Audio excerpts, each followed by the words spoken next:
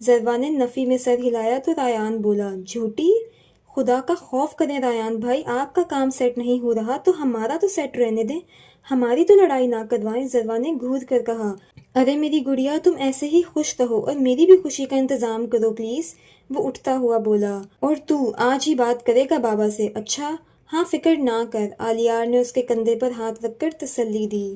رات کو سب لاؤنج میں بیٹھے چائے اور کافی سے لطف اندوز ہو رہے تھے جب ارتضیٰ صاحب بولے، میں آج آپ سب سے ایک بہت ضروری بات کرنا چاہتا ہوں اور اپنے بچوں سے بھی امید کرتا ہوں کہ وہ میری بات سمجھیں گے۔ سب سیدھے ہو کر بیٹھ گئے کیونکہ جب بھی گھر میں اس انداز میں بات ہوتی تھی تو اس کا مطلب یہی ہوتا تھا کہ کچھ نہ کچھ اہم ہے۔ ریان آلیار کے ساتھ بیٹھا تھا، دونوں نے نظروں کا تبادلہ کیا۔ میں اس گھر کا بڑا تو نہیں ہوں لیکن میری یہ خواہش ہے، اس لیے سوچا کہ آپ سب سے اس کا اظہار کروں، ارتضیٰ صاحب نے کہا۔ ارتضیٰ اب بول بھی دو، اتنا تجسس کیوں پیدا کر رہے ہو، حیدر صاحب نے کہا۔ یہ بات کرنے سے پہلے میں ذرا ماں جی سے اجازت لے لوں، اگر وہ راضی ہوتی ہیں تو پھر میں اپنی خواہش کا اظہار کروں گا۔ سب نے اس بات میں سر ہلایا کیونکہ حتمی فیصلہ ماں جی کا ہی ہوتا تھا اس گھر میں۔ جیسے جیسے ارتضیٰ صاحب بات کرتے جا رہے تھے ماں جی کا چہرہ خوشی سے کھلتا جا رہا تھا اور تمام لوگ یہ چیز بخوبی محسوس کر رہے تھے۔ ارتضیٰ صاحب ماں جی سے بات کرنے کے بعد اپنی جگہ پر واپس بیٹھے اور بولے، مرتضیٰ، میں اپنے بیٹے ریان کا رشتہ تمہاری بیٹی عبیر سے کرنا چاہتا ہوں، تمہیں کوئی اعتراض تو نہیں ہے؟ عبیر کو ان کی بات سن کر 440 واٹ کا جھٹکا لگا۔ اس نے فوراً نظریں اٹھا کر ریان کی طرف دیکھا جو نہایت سنجیدہ بیٹھا تھا، جیسے اس نے بھی یہ بات ابھی ابھی سنی ہو۔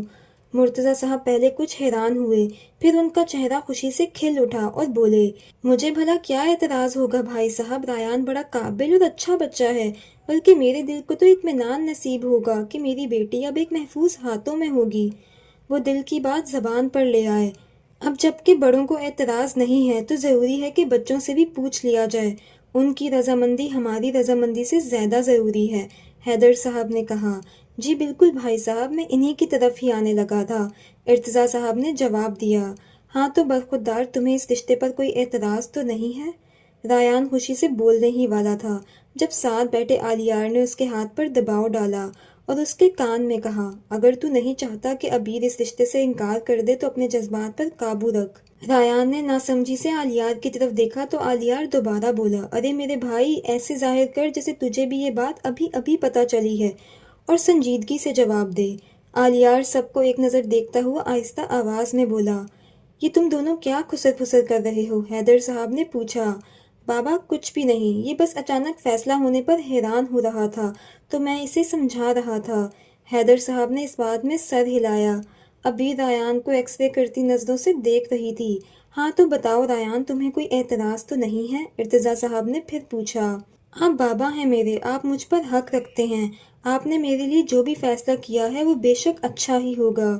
اگر سب کی رضامندی اور خوشی اسی میں ہے تو مجھے کوئی اعتراض نہیں ہے۔ عبیر ایک اچھی لڑکی ہے اور یقیناً یہ ایک بہترین شریک حیات ثابت ہوگی۔ ریان معصومیت کے سارے ریکارڈ توڑتا ہوا دھیما سا مسکرا کر بولا۔ آلیار تو اش اش ہی کر اٹھا تھا اس کی اداکاری پر۔ ارتضیٰ صاحب جو ہر بات سے انجان تھے وہ ریان کے منہ سے یہ الفاظ سن کر بہت خوش ہوئے اور محبت سے چور لہجے میں بولے، آج تم نے میری بات کا مان رکھ کر میرا سر فخر سے بلند کر دیا ہے۔ عبید کا چہرہ پسینے سے تر ہونے لگا کیونکہ اگلا نمبر اس کا تھا۔ ریان بڑے مزے سے بیٹھا عبید کے چہرے کے اتار چڑھاؤ دیکھ رہا تھا اور دل ہی دل میں بولا، اب کیا کرو گی تم عبید بی بی؟ عبید بیٹا، ارتضیٰ صاحب نے عبید کو بلایا۔ جی تایا جان، اس نے سر اٹھایا۔ ہماری بیٹی کا کیا فیصلہ ہے؟ تمہیں اس رشتے پر کوئی اعتراض تو نہیں ہے؟ عبید کچھ نہیں بولی تو وہ دوبارہ بولے، تمہاری بات کی بھی اتنی ہی اہمیت ہے جتنی کہ ریان کی، اس لیے اگر تمہیں کسی بھی قسم کا کوئی مسئلہ ہے تو تم ہمیں بتا سکتی ہو۔ میں شادی نہیں کرنا چاہتی، عبیر نے ہاتھوں کی انگلیاں مروڑتے ہوئے بمشکل کہا۔ اگر تم ریان سے شادی نہیں کرنا چاہتی تو کوئی بات نہیں، تم ہمیں اپنی پسند بتا سکتی ہو، ارتضیٰ صاحب نے نرمی سے کہا۔ نہیں تایا جان، آپ غلط سمجھ رہے ہیں، میں ریان سے تو کیا کسی سے بھی شادی نہیں کرنا چاہتی۔ مرتضیٰ صاحب نے اس کی بات سن کر اسے اپنے پاس بلایا۔ عبیر ان کے سامنے گھٹنوں کے بل کارپیٹ پر بیٹھ گئی۔ کیوں نہیں کرنا چاہتی؟ مرتضیٰ صاحب نے نرمی سے اس کا چہرہ ہاتھوں میں تھام کر پوچھا۔ بابا، وہ بھرائی ہوئی آواز میں بولی، بولو میرے بچے، کوئی پریشانی ہے، کوئی بات ہے تو بتاؤ مجھے، مرتضیٰ صاحب نے پوچھا۔ حالانکہ وہ اس کے انکار کی وجہ پہلے سے جانتے تھے، کیونکہ صبا شاہ اپنے خط میں اس بات کا ذکر کر چکی تھیں، مگر پھر بھی وہ عبیر کے منہ سے سننا چاہتے تھے۔ بابا، میں نے اپنی ماں کو سسکتے تڑپتے دیکھا ہے، میں ان جیسی نہیں بننا چاہتی، میں ان جیسی زندگی نہیں گزارنا چاہتی۔ وہ ان کے گھٹنوں پر سر رکھ کر روتے ہوئے بولی، میری جان، میرا بچہ، تم رو مت، تمہارے بابا تمہاری آنکھوں میں آنسو نہیں دیکھ سکتے۔ مرتضیٰ صاحب نے اس کا چہرہ اوپر اٹھایا اور اس کے آنسو صاف کیے۔ دوسری طرف ریان کو اس کے رونے سے تکلیف ہو رہی تھی۔ اس کا دل کر رہا تھا کہ وہ اسے بتائے کہ اس کی اگلی زندگی کتنی حسین ہوگی، بس ایک مرتبہ میرا ساتھ قبول تو کرے۔ عبیر، کیا تمہیں ریان ایسا لگتا ہے کہ وہ شادی کے بعد تمہاری زندگی اجیرن بنا دے گا؟ انہوں نے بغیر ادھر ادھر کی باتوں کے سیدھا سوال کیا۔ عبیر نے ریان کی طرف دیکھا جو اسپاٹ چہرہ لیے اسی کو دیکھ رہا تھا۔ عبیر نے دل کی آواز پر نفی میں سر ہلایا۔ کیا تمہیں اس گھر میں کبھی ایسا کچھ دکھائی دیا جس کی وجہ سے تمہیں ایسا لگا ہو کہ یہاں کسی کے ساتھ برا ہو رہا ہے؟ عبیر نے پھر سے نفی میں سر ہلایا۔ وہ اپنے بابا کے سوالوں کے آگے ہار رہی تھی۔ اچھا میری بیٹی، میرے ایک اور سوال کا جواب دے گی؟ تمہاری بہن کی شادی میں نے آلیار سے کی ہے، اس سارے عرصے میں کبھی تمہیں ایسا لگا کہ آلیار اسے برا بھلا کہتا ہے یا اس کی عزت نہیں کرتا؟ عبیر نے ایک بار پھر نفی میں سر ہلایا۔ تو میرے بچے، کیا مسئلہ ہے پھر؟ اگر تم ریان سے شادی نہیں کرنا چاہتی تو کوئی بات نہیں، تمہیں کوئی مجبور نہیں کرے گا، لیکن ہم تمہارے لیے پھر کوئی دوسرا بہترین رشتہ ضرور ڈھونڈیں گے، کیونکہ شادی تو ہم نے تمہاری کرنی ہی ہے۔ مرتضیٰ صاحب عبیر کا ہاتھ تھپ تھپا کر بولے، بابا، اگر آج یا کل آپ نے میری شادی کرنی ہی ہے تو میں ریان سے بھی کر سکتی ہوں، مجھے ریان کے رشتے پر اعتراض نہیں ہے، میرے انکار کی وجوہات کچھ اور تھیں، وہ سنجیدگی سے بولی۔ اس کی بات سن کر ریان نے سکون کا سانس لیا۔ عبیر کو سنجیدہ دیکھ کر مرتضیٰ صاحب بولے، دیکھو عبیر، مجھ سے ناراض مت ہو، میں تمہیں یہ نہیں کہہ سکتا کہ تم کبھی شادی نہ کرنا، کیونکہ بیٹیاں اپنے گھروں میں ہی اچھی لگتی ہیں۔ نہیں بابا، میں آپ سے خفا نہیں ہوں، آپ صحیح کہہ رہے ہیں۔ اب کی بار عبیر تھوڑا مسکرا کر بولی۔ مرتضیٰ صاحب نے اس کا سر چوما۔ ارتضیٰ صاحب بھی اٹھ کر عبیر کے پاس آئے، اس کے سر پر ہاتھ رکھا اور محبت سے اس کی پیشانی چوم گئے۔ شادی کی تیاریاں شروع کریں ماں جی؟ ارتضیٰ صاحب نے ماں جی سے پوچھا۔ ہاں کیوں نہیں، وہ خوشی سے بولیں۔ تایا جان، آپ میری ایک بات مانیں گے؟ سب ایک دوسرے کو مبارکباد دے رہے تھے جب لاؤنج میں عبیر کی آواز دوبارہ گونجی۔ آلیار اب یہ کیا کہنے والی ہے؟ ریان نے آلیار سے پوچھا۔ آلیار نے کندھے اچکائے اور کہا، مجھے یہاں بیٹھے بیٹھے الہام ہونا ہے؟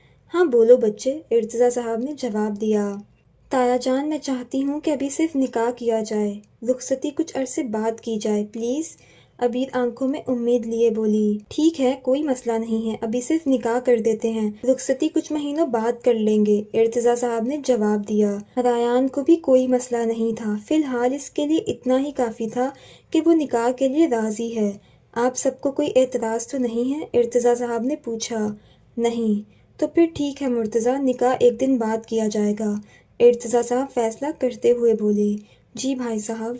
دوپہر کے کھانے کے بعد سب نے مال جانا تھا۔ آلیار اور ریان اپنے اپنے کام نپٹا کر آج جلدی گھر آ گئے تھے۔ سب کو تیار ہونے کا کہہ کر آلیار اپنے کمرے میں آیا تو ضرورہ بھی پانی کا گلاس پکڑ کر اس کے پیچھے پیچھے چلی آئی۔ وہ صوفے پر بیٹھا تھا جب اس نے آلیار کے آگے گلاس کیا۔ ضرورہ، تمہاری طبیعت آگے ہی ٹھیک نہیں ہے، بیٹھو یہاں اور میں خود پانی پی لیتا یار، تمہیں کیا ضرورت تھی لانے کی؟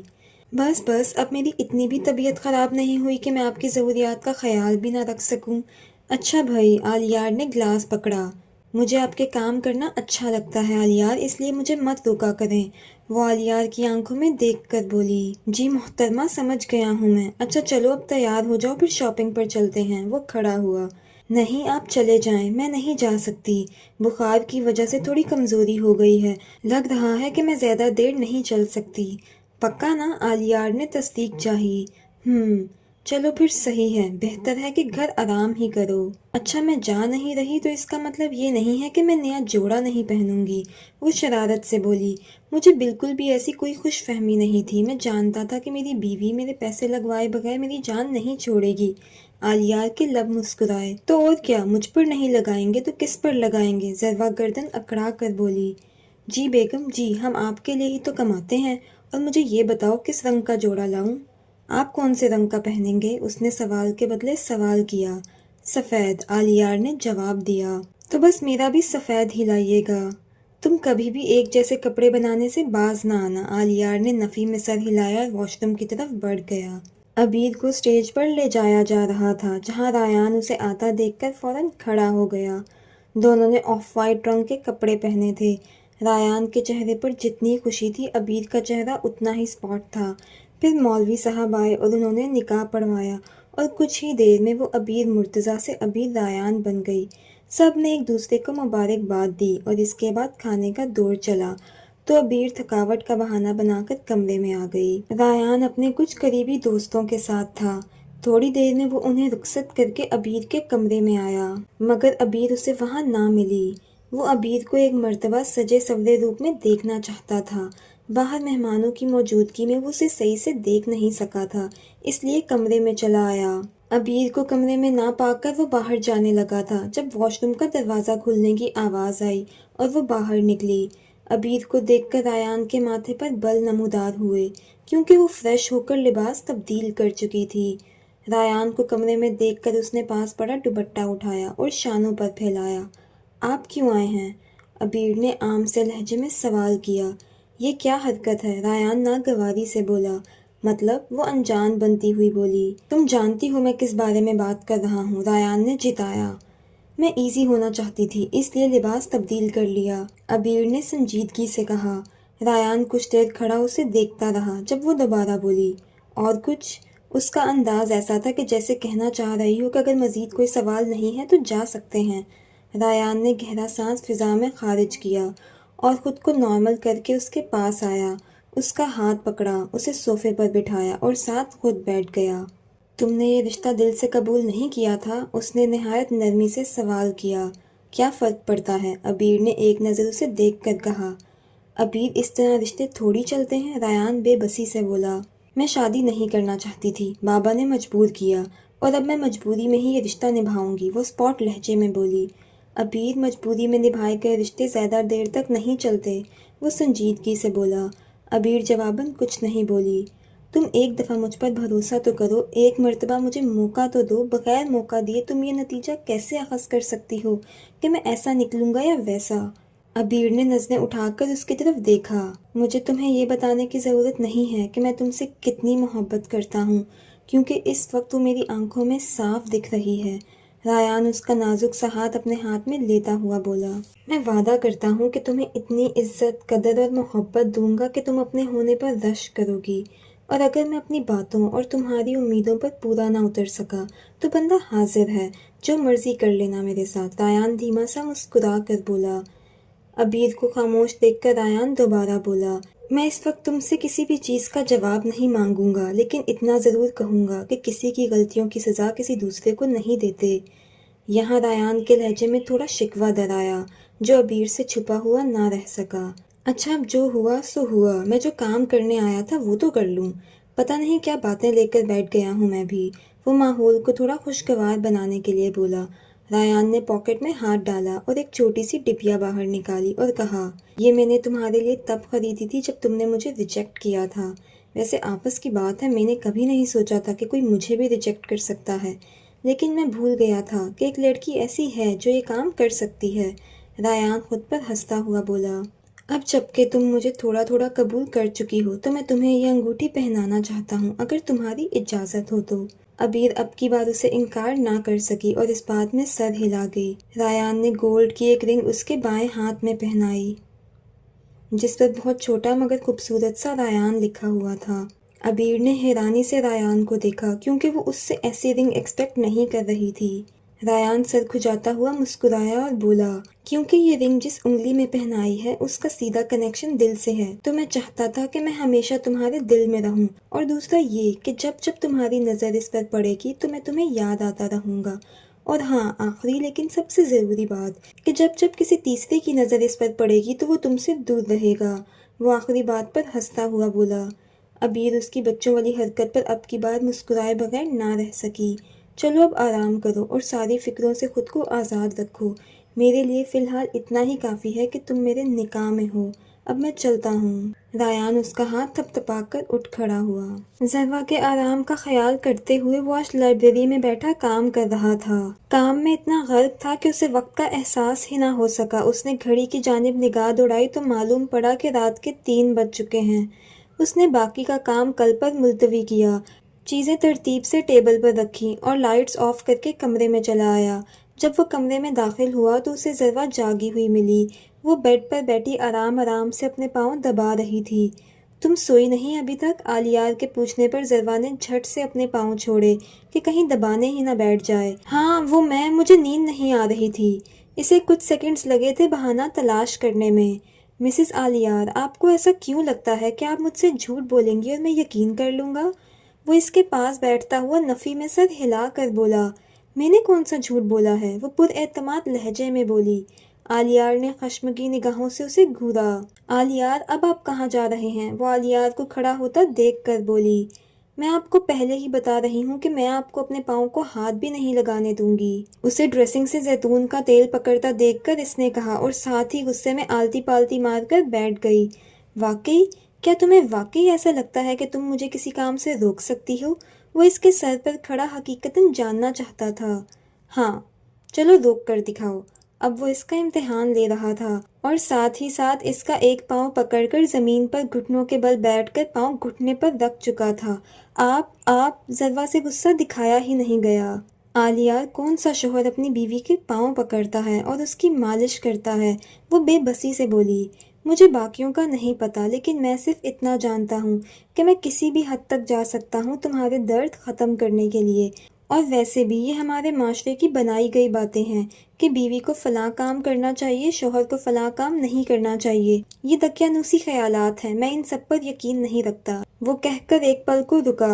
آج میں تمہیں صاف اور واضح الفاظ میں بتا رہا ہوں کہ ضروا آلیار حیدر میرا عشق ہے، جنون ہے، اس جیسا کوئی نہیں، اور مجھے صرف اس سے محبت ہے۔ وہ نرمی سے مالش کرتا ہوا بول رہا تھا۔ آلیار، آپ میری عادتیں بگاڑ رہے ہیں، وہ بھرائی ہوئی آواز میں بولی۔ اچھا، وہ ہنسا۔ اگر اسے بگاڑنا کہتے ہیں تو بگاڑنا ہی صحیح۔ جب وہ مالش کر کے ہاتھ دھو کر اس کے پاس بیڈ پر آیا تو وہ اسے ڈراتے ہوئے بولی، لوگ جورو کا غلام کہیں گے آپ کو؟ اگر بیوی کی پرواہ کرنے والے کو ہمارا معاشرہ جورو کا غلام کہتا ہے تو تف ہے ایسی ذہنیت پر۔ آلیار اسپاٹ لہجے میں بولا۔ اچھا مجھے ایک بات بتاؤ، اگر کبھی میں بیمار پڑا تو کیا تم میری خدمت نہیں کرو گی، میرا خیال نہیں رکھو گی؟ یا مجھے کوئی تکلیف ہوئی تو کیا تم اس تکلیف کو ختم کرنے کی کوشش نہیں کرو گی، یا بس بیٹھی مجھے دیکھتی رہو گی؟ کیوں نہیں کروں گی، ظاہر ہے کروں گی، وہ سیکنڈز میں بولی۔ تو میری کم عقل بیوی، میں بھی تو یہی کر رہا ہوں، وہ اس کے سر پر انگلی مار کر بولا۔ اب دونوں بیڈ کراؤن سے ٹیک لگا کر بیٹھ چکے تھے۔ وہ اس کے بائیں جانب بیٹھی تھی اور آلیار نے اس کے کندھے پر اپنا بایاں بازو پھیلا رکھا تھا۔ مجھے ایک بات بتائیں، ضروا بولی۔ پوچھو۔ جب ہماری شادی نہیں ہوئی تھی تب آپ میری اتنی کیئر کیوں نہیں کرتے تھے؟ تب تو ہر وقت غصہ آپ کی ناک پر بیٹھا ہوتا تھا۔ جانتے ہیں کتنا ڈر لگتا تھا مجھے آپ سے؟ اب ڈر نہیں لگتا کیا؟ وہ اسے چھیڑ رہا تھا۔ کبھی کبھی، تھوڑا تھوڑا۔ مت ڈرا کریں آپ۔ آلیار نے اس کی پیشانی پر لب رکھے۔ اور رہی بات شادی سے پہلے کی تو بھئی یہ سراسر الزام ہے مجھ پر، اتنی تو کیئر کرتا تھا۔ یاد نہیں، جب بھی ڈانٹتا تھا تو منانے بھی میں ہی آتا تھا اور گھمانے بھی میں ہی لے جاتا تھا۔ وہ اسے گھور کر بولا۔ ٹھیک ہے، ایسے تو مت دیکھیں۔ اب وہ ہنسی۔ خیر، ایک ضروری بات بھی کرنی تھی مجھے تم سے۔ آج کل کہیں بھی جانا ہوا تو مجھے بتا کر جانا۔ خیریت؟ ہاں، بس بلال شاہ کی وجہ سے ذرا خیال کر رہا ہوں۔ ضروا نے اس بات میں سر ہلایا۔ اور اگر کوئی ضروری کام نہیں ہوگا تو کوشش کرنا کہ میری غیر موجودگی میں نکلنا ہی نہ۔ جب میں گھر واپس آیا کروں گا تو لے جایا کروں گا۔ آلیار نے کچھ سوچ کر کہا۔ ٹھیک ہے۔